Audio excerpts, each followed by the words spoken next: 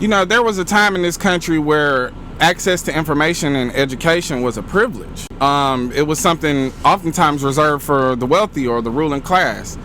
What's up? I'm Deontay Kyle. I am the host of the Grits and Eggs podcast. Episode 9, Taylor Port Junkie, is out now.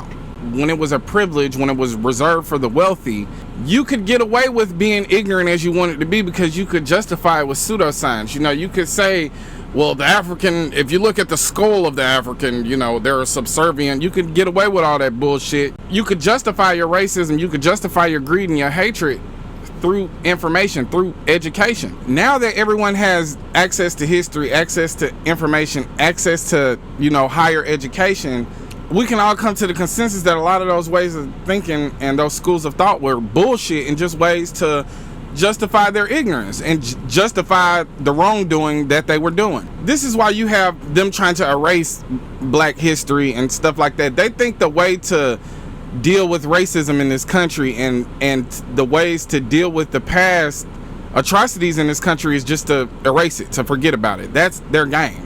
Because if they can erase it, they can forget about it, they can control the narrative as they once did.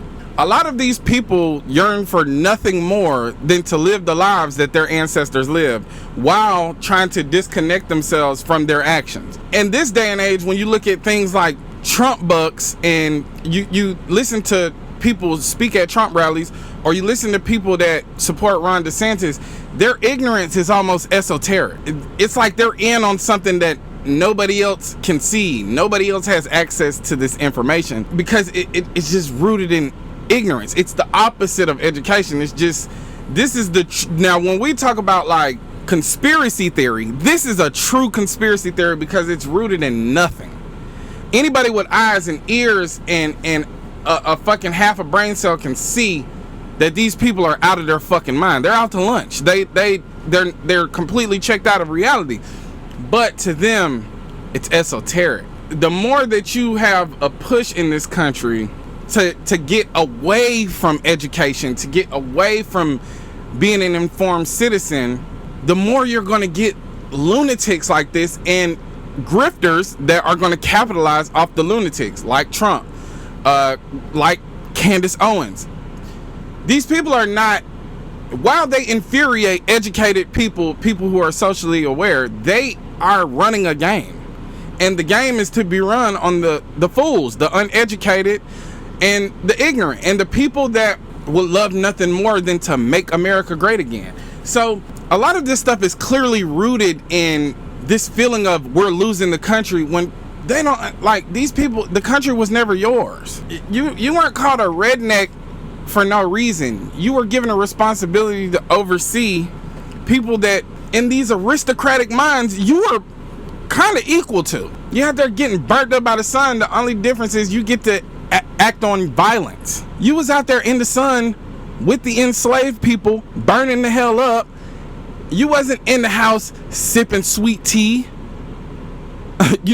counting up your fucking money.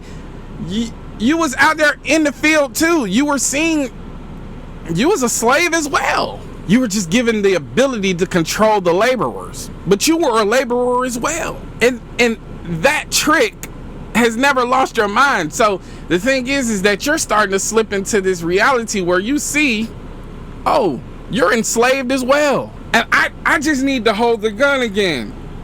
If you just give me the whip back, I'll be fine. And that's why you lose. Read a book before it becomes illegal. Read history and true history. Read things that make you uncomfortable. The thing is, black people are tired of slave movies because that can't be the only part of our history. How convenient is it for you every time you want to talk about our history to show you brutalizing us? And you could look upon those things and, oh, I feel so bad, and oh, it was a shame what we did to them, when you want nothing more but to be able to do it again. But now that you're losing your rights, now that you've lost your forever alimony, now that you're working 60 hours a week and still can't afford rent, and it's at your front door, you don't want equity, you want the whip back. But no, buddy. You were a slave this whole time.